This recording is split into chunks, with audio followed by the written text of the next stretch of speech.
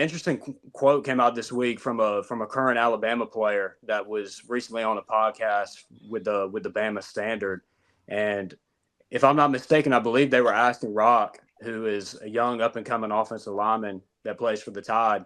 They asked him what's different about Alabama going into 2025 compared to Kalen DeBoer's first year at Alabama. And I thought this was pretty interesting, and I want to get y'all's take on this. He said, "You can't be late to workouts no more." What do y'all make of that quote, and how do you feel about that?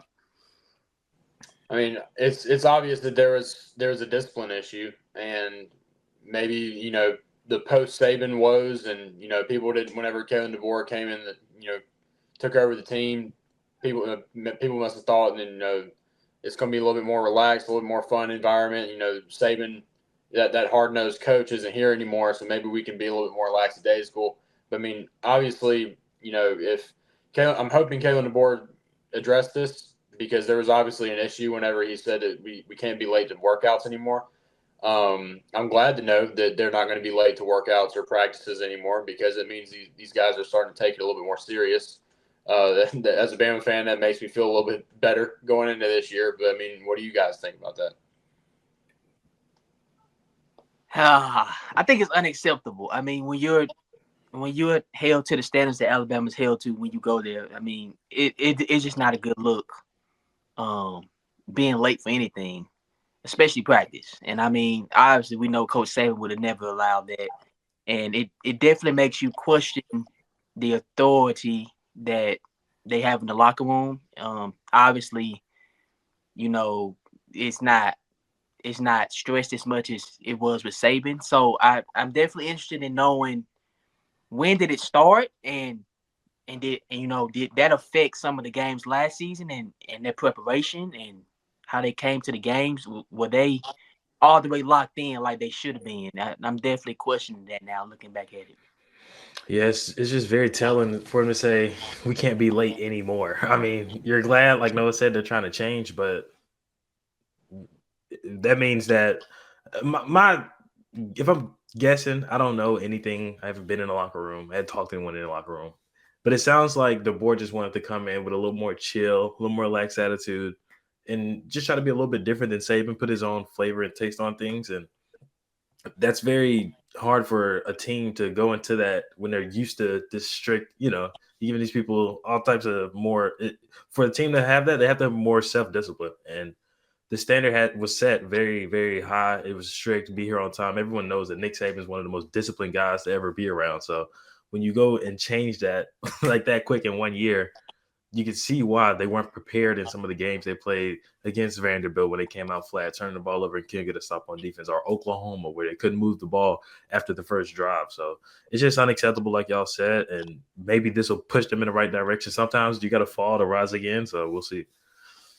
Yeah, I think that's a perfect way to lay it out. I think for any team, if you want to have any amount of success, there's got to be discipline. And that comes from not only the coaches, but from a player's perspective as well. It's when it comes to game of football, it's not just about the coaches. It's also about those leaders in the locker room as well. So, from top to bottom, it's got to be sharp. And that's one thing that Saban always made sure of whenever he was coaching at Alabama, was everybody held themselves accountable, everybody in the locker room, including the coaching staff. And so, like y'all were saying, I would hope that nobody's showing up late to practice, because if that's the case, then you're already behind the 8 ball. And there's teams out here that are already getting ready for 2025. So, that's one way to you definitely want to start off the year on the right foot. And being late to practice, that shouldn't even be a question. Like, that's something that automatically everybody in the locker room, everybody from top to bottom should be known. So when it comes to that quote, yeah, I hope that everything that took place in Kalen's first year has kind of woken the team up, and it's a perfect example of everything it has to be earned. It's not given to you. Yeah, and then like you could see it last year. It's good to know that we do have guys that do understand where we went wrong last year, and they want to step up and be leaders and push us in the right direction. But if you're paying attention, you would know one of the leaders of the team, Malachi Moore, lost his temper against Vanderbilt and just crashed out in the middle of the field. Where it's like under Nick Saban, I don't think anybody's doing it. I think on that last drive against Tennessee, Bama had a chance. It was like third and manageable. And then we had number one, I'm forgetting his name, Law. What's his? I forget his first name. Law. But he gets a 15-yard penalty, and it's like you just ended the game. So it's like those little things like that, not showing up to practice on time or walkthroughs or meetings or whatever it is, not being laser focused, those things will show up on the field. So, but see, that's the thing though, and I'm glad Destin brought that up about Malachi Moore. Malachi Moore has been in Alabama for all these years, and I've never seen him do that. So it's like now he's doing stuff that's out of character, and it's like, wait, look at the timing of it. He's been at Alabama all these years, and I have never seen Malachi Moore. Yeah. So why are you doing that now? You know what I mean? It makes you question. It's like guys are getting a little bit more comfortable. You're getting a little too comfortable. Shout out to Future. Guys out here getting way too comfortable. Like y'all. What if Saban was the coach? Would Malachi Moore have done that? And I just don't think he would have. I just think stuff like that, when you allow guys to get more comfortable, they start to let their guard down. I mean, you see exactly what happens. Guys they just start doing what they want to do on the field. Yeah, I mean, it's a good question. Like, would he have done that if Saban was there? I mean, I think we could all answer that for him and say probably not. But I mean, honestly, the way he acted in the Vanderbilt game, maybe he took it too far. But I think, in a way, Bama fans liked seeing that somebody on this team cared enough to get that mad about it. Because that game, I just remembered watching it, and I'm just sitting there going, okay, I'm waiting on Alabama to quit fooling around and take over this game. And it just would not happen. We kept making mistakes, kept getting sacked, kept getting penalties, kept letting Vanderbilt convert 3rd and long. We couldn't get off the field. And, of course, somebody who cares – it looked like Malachi Moore cared more about that game than anybody else in that stadium that day. And I think, in a way, it was a positive to show that somebody had heart and somebody had leadership and cared enough about that situation. But, I mean – I don't know. It definitely begs the question. You know, it definitely showed up on the field last year, the whole season with penalties. We had more penalties last year than I can remember in years, and it's you know, it just like you said, Dustin, it shows up on the field. You know what happened? The car check engine light was on at the second half of the Georgia game. Yeah. That was when the light was on. You know what happened? They ignored the engine light. They said, "Oh, you got the dub. We won." Yeah, but look how we played in that second half. And guess what? It carried over to the Vanderbilt game. Yeah. That's this is my favorite quote that Shannon Sharp said. Never accept what you will in the win that you wouldn't accept in the loss. So even if you win, there's still things that they should have looked at in that Georgia game. That if they would have looked at it like, man, we played good in that first half, but look at what we did in that second half. And I don't think that they did. And what happened is it just carried over to the Vanderbilt game, and they just. I think honestly, Bama fans are still questioning what happened at halftime of that Georgia game, because the way we looked in the first half, not only did we look completely disciplined, we looked mistake free, but Milroe was throwing to everybody on the field. Everybody was getting the ball. The offense looked super efficient. We moved down the field, no problem. We go into halftime, and then all these issues start happening. And it carried over for the rest of the season.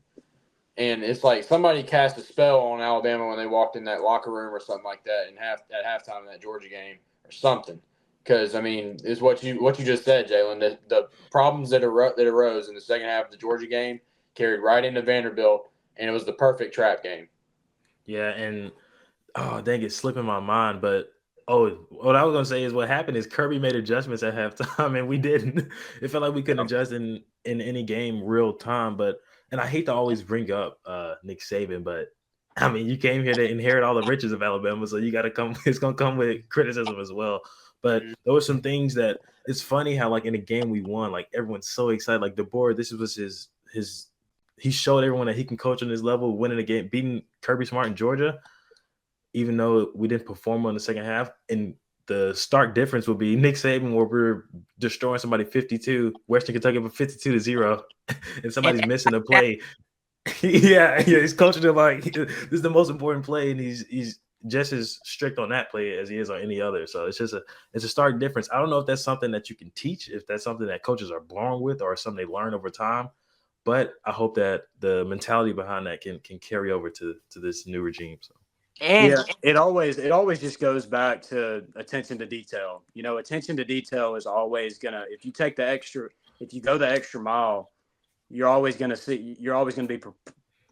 be prepared for what's to come, even when something unexpected happens. And that's always the type of approach that Nick Saban took, even when the third strings are in, like you were talking about a second ago, Destin, because eventually these guys are going to be juniors, seniors, and they're going to have big roles on the team. So why not go ahead and give them those teaching moments so that when the time does come, when they're playing in a big time game and it's not against somebody like Mercer or somebody like Western Kentucky, that way they think back to that moment that they got chewed out a couple of years ago and they're like, oh, hey, this is a situation that I can apply that advice to.